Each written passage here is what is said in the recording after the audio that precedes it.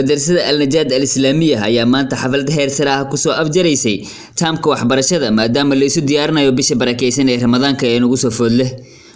Munaasabadan ayaa waxaa ka soo qayb galay culimooyin, odayaal iyo dhalinyaro. Ardayda madrasada Al-Najaad ayaa soo bandhigay madadaalooyin xiiso badan oo ku baxay luqadda Carabiga. في عداد المفقودين بعد غرق قارب قبالة الصباح الليبية. مراسلتنا بنت البربرية عندها تفاصيل. هجرة غير الشرعية 73 مهاجرا في عداد المفقودين بعد غرق قارب قبالة سواحل ليبيا. قالت المنظمة الدولية أن نحو 73 مهاجرا فقدوا ويعتقد أنهم لقوا حتفهم بعد أن غرق قارب كانوا على متنه قبالة سواحل ليبيا. أنا مراسلتكم بنت بربر قناة النجاة من عاصمة ليبيا تريبولي. حفل الناجحين 1,000,000 مبارك ربنا زدهم وبارك كلهم في المجد شارك منها. وعليكم السلام يا أختي. أيمكن أن تجيبني ما أسألك؟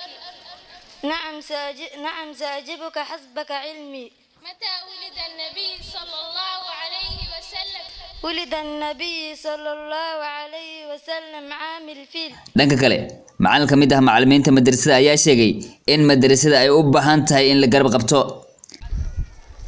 midda koowaad oo inaan ka hadlaan loo baahan yahay waxa waa madrasada aad iyo aad ay waxa way dhaqaale ahaan ay u hooseysaa aad iyo aad haddana maalmaha waxa lagu jiraa waxa way waqti aad iyo aad u kulul dadkii waxay u bateen dada waxa way waxa baahan haysanin madrasada waa arkaysiin dhismaheeda iyo deyrkeeda say u muuqdaan xaqiiqatan haddaad maanta fiiriso waxa way waxa dhagax galaasaan kor fulo waad u yaabaysaa unaadi meeshaan midaasna dadka jiraamaha ah ilaahay ka cabsideena caruurtooda waxa way madrasada ka badbaadiyeena dhibka ay waxa way madrasada ku hayaan haddaad fiiriso ciidaha jiraamaha ah hal guri oo dhagax saaran yahay malaha laakiin madrasada shaqo uma baahna inta guri oo maanta hortiina taagan kulli waxaa saaran guri kasta 20 dhagax wax ka badan taasna waxa uu keentay dayacnaan iyo dhaqaale la'aan hadday deerin tahay watchman ay qabta madrasada intaan oo dhagax maanta waxa way maanta ma yeeleen. dhanka kale waalidiinta iyo madaxda halkaasi ka soo qayb gashay ayaa sheegay sida tan soo gaabina insha Allah ta'ala aniga waxaan ka mid ah dadka waalidiinta ah ee ilmaha caruurta halkan ay ugu jiraan madrasada Najaad Al-Islaamiyya marka koowaad waxaan aad iyo aad runtii ugu mahadcelinayaa macallimiinta ilmaha inoo akhriso waxaan leenahay mabruuk ilaahay subhanahu wa ta'ala hani kalmeeyo ilaahay subhanahu wa ta'ala waxaan ka rajaynayaa khayrka aad maartay ummadda aad u haysaan miisaanka xasanaadka yawm al-qiyaamah inuu ilaahay ugu daro waxaan leeyahay isaga cunuga tarbiyis u wanaagsanaata ilmaha madrasada ha la keeno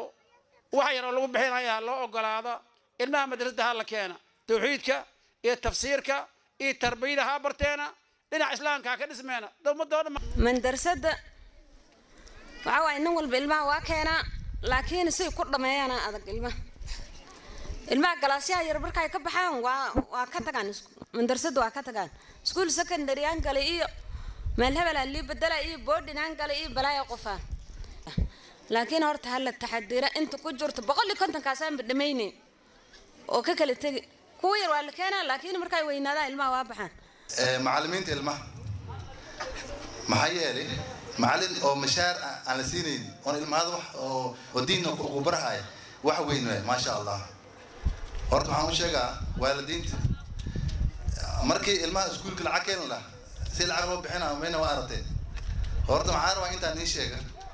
lacagtaan macallimiinta la siinaa waan xaq ilaahay maxkuuta ajir cunugaadana diin iyo akhlaaq ay u tahay madrasada waa arkaya fence male dameeraha aweeg soo galaya waa arkaytiin kalaasa insha Allah waxaan isku daynaa hada madaxda aanana intaan aan soo maadna oo si madrasad hore aan u wadleen intaan askay maadna ka hadalna insha Allah matara madrasay tay caruurta noo sheegeen anigi waalidkiisu ku dadaalay oo madrasada galay intay madrasada gelin ayaad dareemaysaa natiijada meesha ka soo bixays mideeda kale maxaa meesha ka cadaatay meeshan dadaal waalid iyo dadaal madax iyo dadaal walba oo annaga dhanaan hayna inay madrasada ku socon madrasada waxa laga yaabaa inay hadda meesha banxarada oo dadka qaboojisa ay ku jirin masquulo waa noola sheegay inay lahayn madrasada inay biil lahayn noola sheegay macallimiin ku filan inay jirin noola sheegay geeda la hergalo ilmi ku nastaan inay lahayn aan la sheegay tay waan u jeednaa nin kale u maqana male markaan waxay ila tahay madrasadan inaan dirbi kasta u qaraacna sidii madrasada wax uu qaban lahayd walaalayaal ilaahan hadina kulanka sharafta leh galabta isugu imaanay madrasadeena isugu imaanay oo waxa weeye waxbarashadii quraxdeeda iyo ardaydeeni aan fiirsanayno dhageysanayna ilaahay lama keenay ku mahadinaynaa alxamdulillaah rabbil caalamiin alxamdulillaah shukrillah mid kale taa intaas kadib waxaan u mahadcelin rabaa macallimiinteena sharafta leh oo dadaashay oo sabartay oo dadaal badan iyo juhdi badan geliyeen waxbarashada marka iyada ee madrasada sidoo kale waalidkeena rag iyo dumarba way mahadsan yihiin si ay ugu soo qayb galeen marka iyada xafladda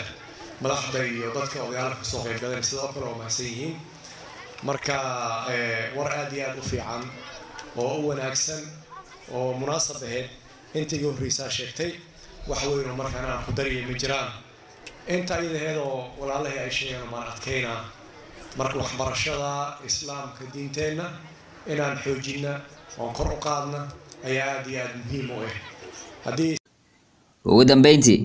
qaar ka mid ah ardayda ku guuleystay imtixaanka ayaa la guddoonsiiyay abaalmarin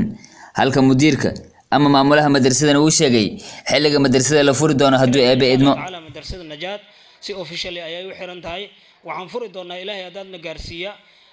ayaan sabti ah oo taariikhda bisha shawaal ay tahay 10 bisha 10aad ama shawaal ama soonfur 10keeda 1444 madrasada al-najaad waxay leedahay baahiyo tiro badan sida biyo la'aan iyo sidoo kale masquul la'aan waxa intaasi dheeri ah in madrasada ay lahayn balood xiran ama deer sida aad u taqaano ayna u baahan tahay caawimaad Xasan Ayman telefishinka Alfa ismaamulka Wajeer